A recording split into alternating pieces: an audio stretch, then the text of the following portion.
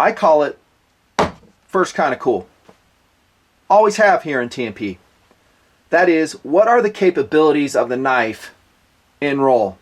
What's the weight, the balance, the sheath, the value levels, quality, durability. Stuff we'll talk about here, tabletop form, TMP Knife Show. The Mora knives really define first kind of cool.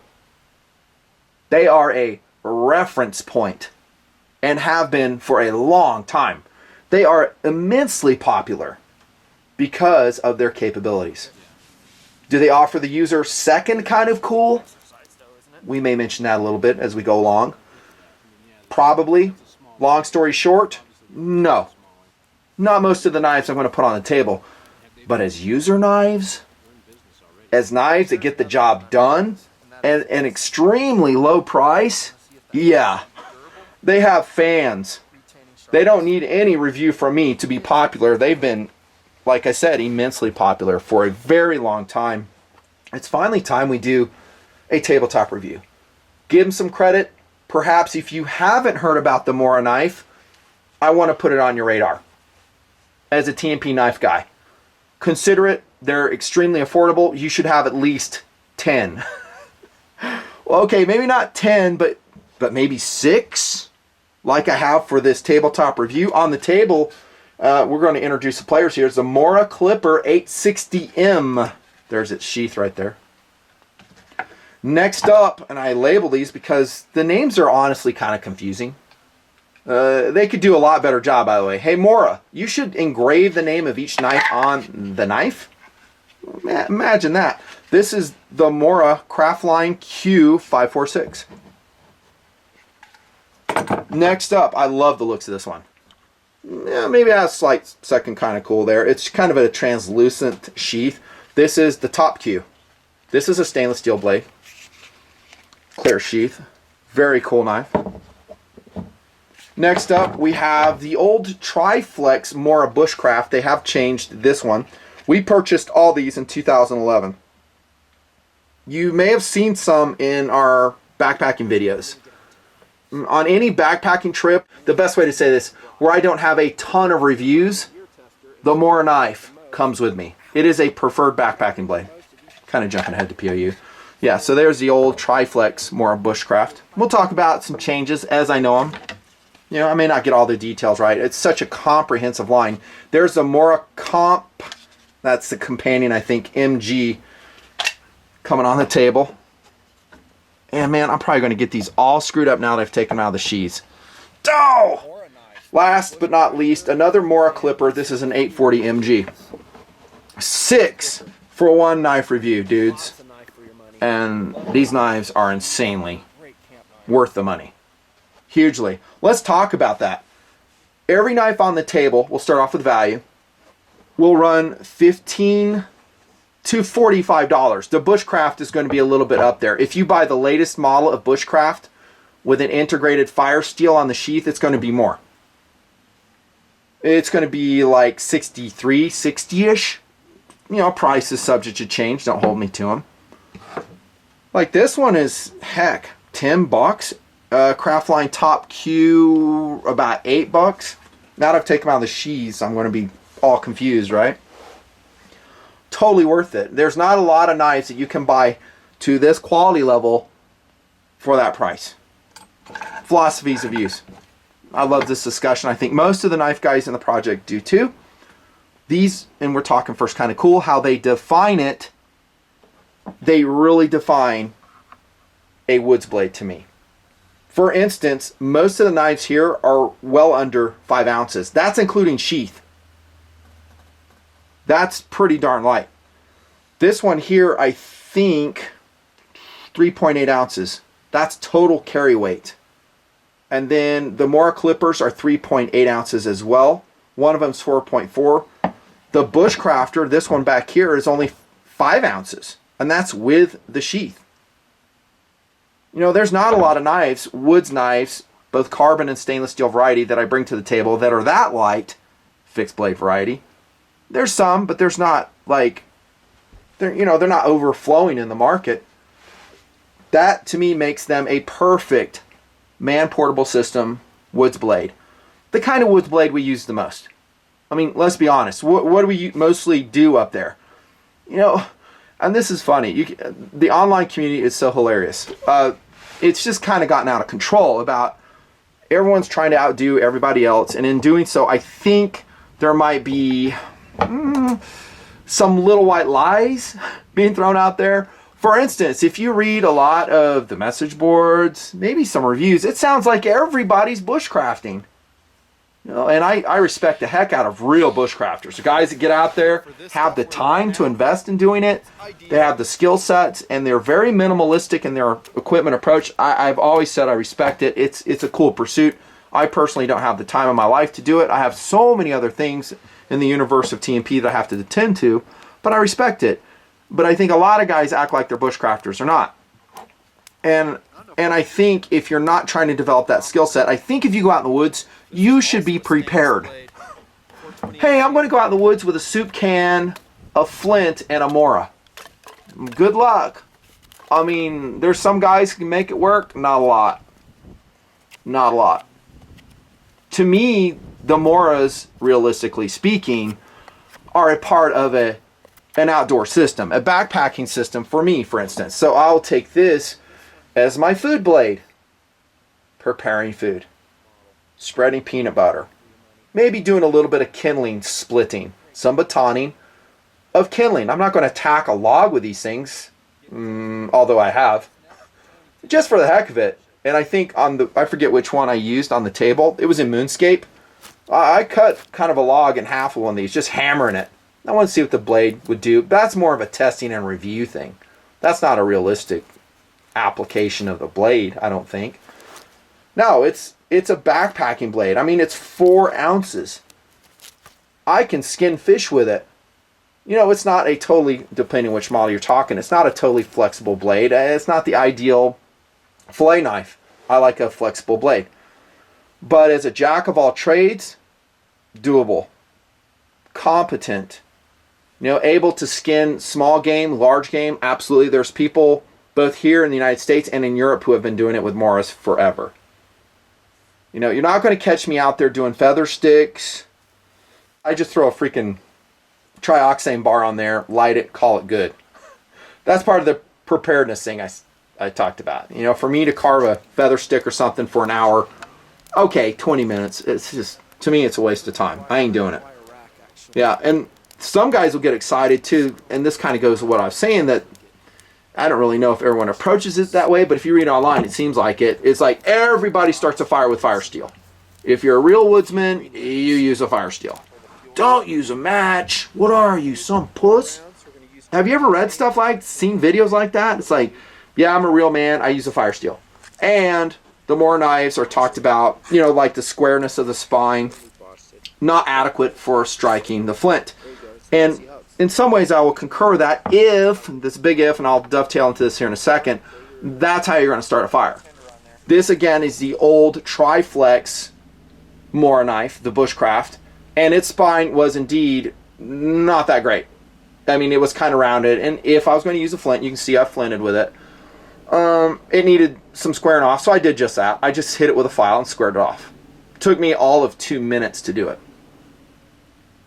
You know, and yet you'll read a review of the knife and go, oh yeah, this thing sucks. I mean, it's not good for fire steel, and so they need to revise it. And actually Mora did. The latest Mora Bushcraft is squared off. It's also very cool, by the way. You have a blackened blade, same exact handle, same sheath. You have one with an integrated fire steel. But here's my approach, okay? And I've made videos on this, and it's just my approach. But it works.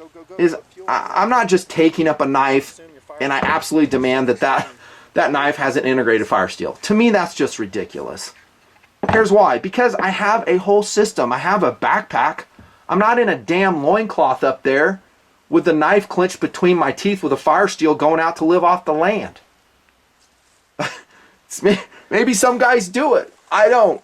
I'm a backpacker usually, and that means I'll have my own fire kit, which weighs all of 3 ounces. In that fire kit, I will have a dedicated fire steel as a backup to a lighter. I'll always use a lighter first. Too moist for a lighter? Great. I'll go to my backup, flint and steel. This is Light My Fire, I think. Yeah, I reviewed this back in 2008 in that Southeastern fire making video. Old TMP, do you remember that one? Seems like forever ago. But, I mean, this is what I'm going to strike the flint with, not my blade. I mean, look at this, a shower of sparks. Dude, I'm going to start a fire in here if I'm not careful. Now let's go to my squared off bushcraft, and I did a pretty good job. I mean, maybe it's not perfect, but I mean, it's doing okay. It's partially this fire steel hasn't been used, so it's breaking in. I'm kind of actually proving my point in some way in that it's more work than it's worth. This doesn't weigh anything. Why not just use this? It comes with it. It's serrated. It digs in. Whether it's broken in or not. That's why I think sometimes online communities get a little bit lost. You know, they're like, oh yeah, I do this, you know, and I do that. I just bring a fire kit. You should have trioxane in there, lifeboat matches. I have a video out on my fire making ways that I use. Still believe all of that. Enough said. So let's go to the, we're still having POU discussion here on the Moras. Bushcrafting is a valid skill set, and like I said, in my opinion, there's very few people who are practitioners. One who has the time. That's a lot of time you spend doing that. Hey, I'm going to carve a bowl out of wood. Dang, you know how long that would take me, even with a really perfectly suited fixed blade knife? 8 hours? I just don't have the time. But these knives for bushcrafters, they like them. I mean, you can go buy a really expensive blade like the Spyderco bushcrafting knife. Great knife. Guys love it. How much better will it be than a Mora bushcraft, depending on the steel you choose? I don't know. 10% better? 20%? You know, guys typically will defend their purchase, even if they spent a lot of money, and they'll go, no, man, it's really so much better than the Moras. I'm like, I mean, there's dudes that use it successfully. Real bushcrafters that use it, and they swear by it. I say it's completely adequate. You'll notice all of them feature a Scandi grind. I'm not a super fan of the Scandi grind, otherwise you would have seen a whole bunch of knives reviewed here in TMP at this point featuring it. I don't hate it either, though. I'm just kind of neutral on a Scandi grind.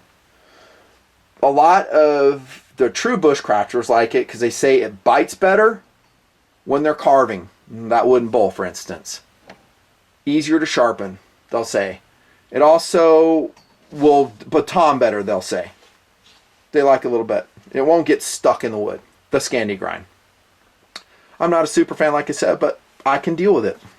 You know, it's fine. How about the steels? If we're going to talk about POUs, we got to mention steels. Most of these are going to be carbon. I mean, this was a Triflex steel. I looked on Mora's site last night, seeing if they still have the Triflex. It was a more flexible carbon steel, is my understanding. I didn't see it. It may be out there. Most of the Moras, though, are going to be carbon steel. This one's stainless. Not saltwater proof, by the way. You could not use these as dive knives. They will rust out on you very quickly. These are going to have a high chromium content. They'll chip out easier. They won't hold an edge quite as well. I think the time, and I don't hold me to this because I didn't review the video, when I was notching that tree out, I thought it was a stainless Mora I was using, and I think the edge rolled on me. I can't remember exactly, though. Most of them are carbon steel, though. That's a stainless one, and that, again, is the companion MG. Most of the companions will be, let's see what this one is. This is actually my favorite on the table. In case you're wondering, this is a Mora Clipper 840 MG. It is carbon steel. Look at the blade finishing. I just love the blade finishing. If you need a square spine, you can file it. The blade isn't too thick, and you could pretty much say that on all the Moras on the table. It's just ideal. Nicely formed tip for detail work, all the Moras. I just love the looks of this one. I like the handle, I like the OD sheath. It's my top choice as a camp knife. They will rust, but it's going to hold an edge better. It's more apt to take the abuse I'll give it. Like if I'm doing kindling prep, for instance, and I go down to the ground, which you've seen how many times here in TMP, I bring the knife up, a stainless blade will usually get chipped, especially the laminated stainless steel blades will. This one should be able to take the abuse. Carbon steel Moras. How about as POU's discussion continuing? How about as an EDC knife? Farmers will use a fixed blade knife all the time. Construction guys, professionals of all sorts, where they're standing a lot and they access their blade quickly and frequently, fixed blades make a lot of sense. This is a good point, by the way, to talk about the sheaths, which rightfully so, I think a lot of people will criticize. This one is coming with the Craftline Q546, for instance, and it's okay. Let me talk about the good first. The good is that it is plastic. The good is it does have a drain hole. All that's awesome. I really, really like it. The bad is the attachment method. It's not great. Because, one, it's not quick release, so it's not like a G-clip from Spyderco where you can snap it on and with care snap it off. This one, not so much. Now, there are better ones. Here's the one for the Clipper 840 MG, my knife of choice. This sheath is ideal. Anybody who criticizes the sheath, I just don't get it. You know, what was the price on this? I don't know if I wrote this one down. Oh, $15 is what we paid for it way back when. Hey, the sheath doesn't have a pivot point. Dude, it's $15. Hey, the sheath is in handmade leather in Sweden or the United States of America. Dude, you paid $15. Hey, it's too light for me. I want something heavy that will stay wet when it gets wet. Dude, you paid $15. If you don't like the sheath to the Mora, I would say first and foremost, you're probably looking at the wrong knife. There are so many great knives out there that will come with leather sheaths. Maybe not at this price point, but look around. And there are aftermarket ones you can get. If for whatever reason you don't like the leather sheath, the plastic sheath of the Mora, go buy a leather sheath. But EDC, this one would work a lot better for me. It doesn't pivot, but it's pretty short, it's very light, it's pretty stable on your belt. When I'm backpacking, sometimes I'll run it on the belt. Sometimes I just put it in my pocket. They're very easy to take in and out of your pocket. If you have a slant pocket on your backpacking pants, perfect. Got to press on. How about collectability? Yeah, perhaps. That guys just like the Mora knives. They're so affordable. They make a high value knife collection, something I've talked about here in the knife show forever. Gift items? Absolutely. They don't cost you anything. $15 to the upper end, $65.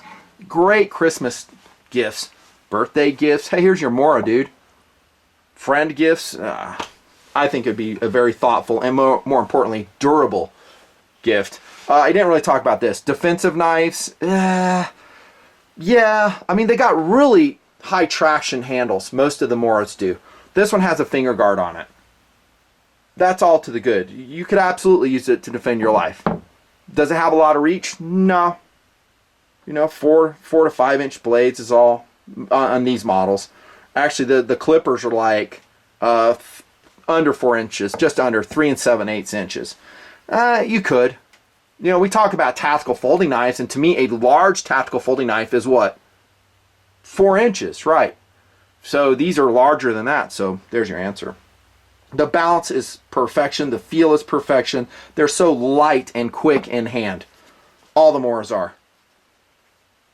Again, my blades of choice would be the carbon steel versions, unless you're going out into snow camping, and that's when I would take the stainless steel ones.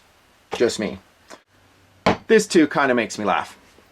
In preparation for this tabletop review, I went to Amazon, read some reviews on the Mora blades. And for longtime TMPers, you know, I had my start in Amazon, posted my first ever KRV there, then I came over to YouTube. I still think it's a great resource. There's a lot of great information there. But I was amused when I read complaints about the perceived strength of the Mora knives. The ones on the table. Guys would say, oh, it's a good knife, I just don't really know if I can trust it because it's only a 3/4 tang. Now, granted, I have abused at least one of these blades just to see what it will do, to learn in the process about the steel, the construction. But like I said at the outset, that's not, in my opinion, a realistic everyday use of the blade. An emergency use, if you had to, yeah. And maybe that's where those guys are going. Hey, emergency blade, I need to trust my knives. Okay, I get it. But here's my take on it. If you break a Mora knife, I will be very surprised from the tests I've put them through. They're strong. And, you know, I was reading some comments and it just really didn't jibe with my own experience and my perception of the Mora knives. I think they're very strong for what they are. I think in any normal application of the blade in a reasonable context, they're going to perform for you perfectly. I'm talking blade breakage. Are there guys out there that have broken them? Sure. Every knife can be in that category. I went to Mora's homepage and I started clicking around looking at their photos and I noticed a picture of the blades. And I was like, well, that looks to be a little bit better than 3/4 tang. I was looking at the small inset picture I'm showing you there. And just to prove it, I took a clipper, and here it comes, sawed it in half for y'all so you could see it. It is not a full width tang knife. Very few are.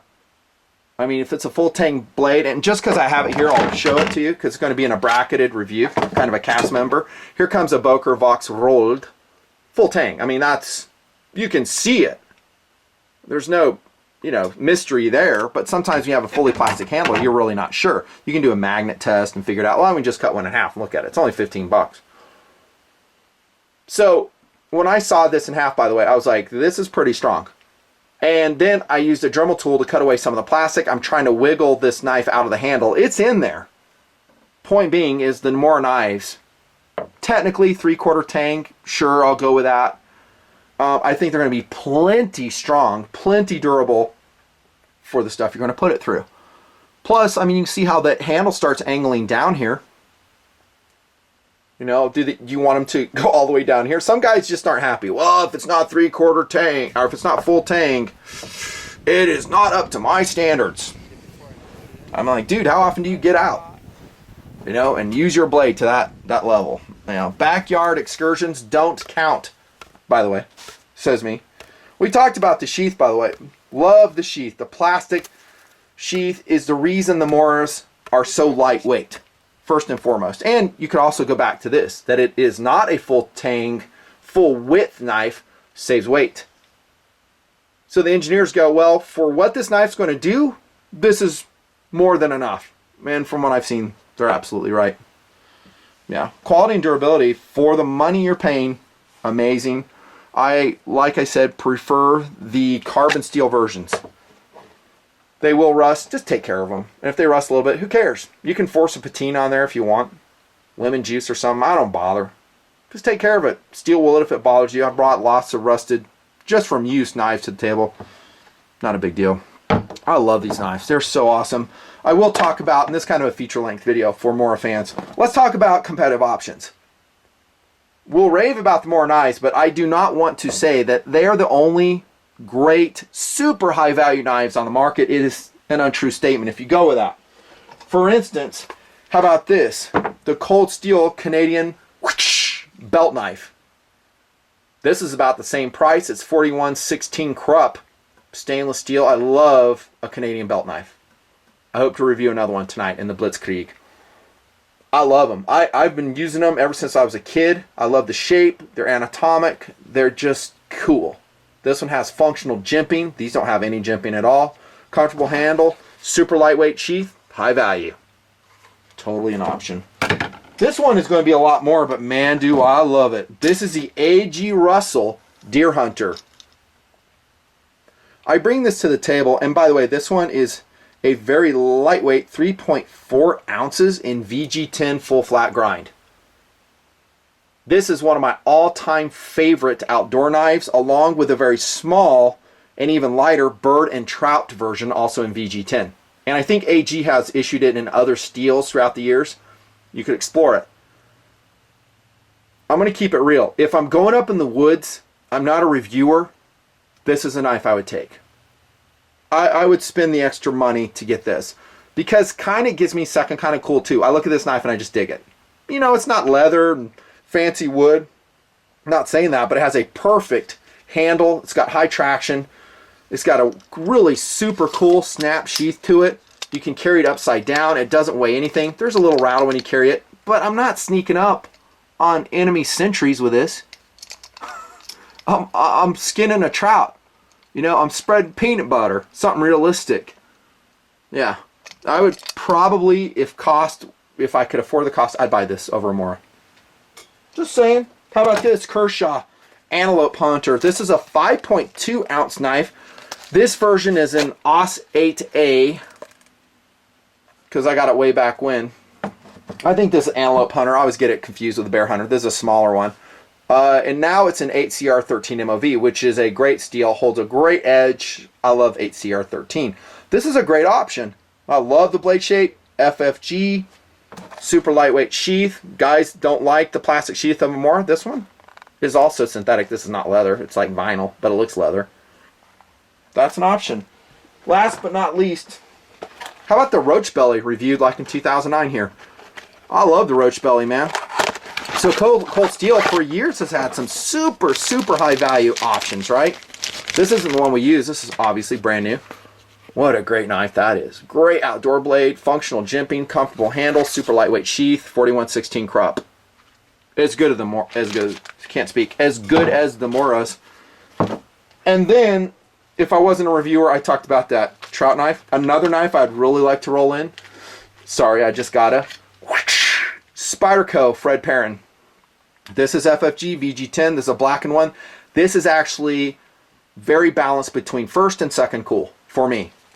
I currently have it in this old Molly adapter. I think this is under Uncle Mike's made. I forget the name. And then the regular sheath is in here. Great knife. Great fighting knife too. Super lightweight. You can index with this knife all day long. Stuff you can't do with the Moras to that level. Jimping on the top. Camp knife. Does everything these knives can do. Might give you a little bit more first kind of cool. It's going to be more though. If you're budget limited, you have 15 bucks for a knife, you should just go buy a Mora and start using it. There's really no reason why you couldn't have a Mora and this knife too. A high value collection. If it gives you happiness, I say rock on. So I got 6 representatives on the table. I've used them over the years in TMP. That's a Mora Clipper, Triflex. I have a craft line top Q. Bushcraft is on the table too. I don't have an Outdoor 2000. I don't know where it's at. For the money, you're going to be hard pressed beating these knives, man.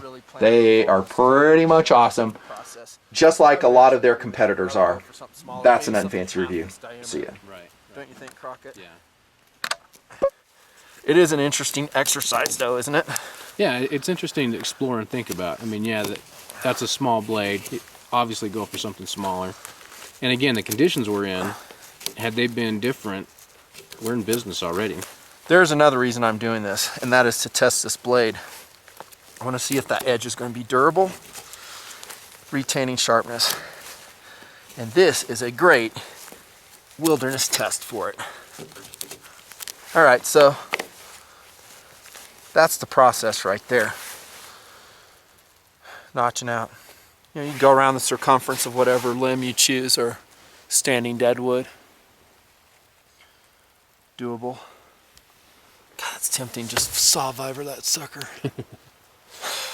It is, isn't it? It is. Oh my goodness, it's just so tempting.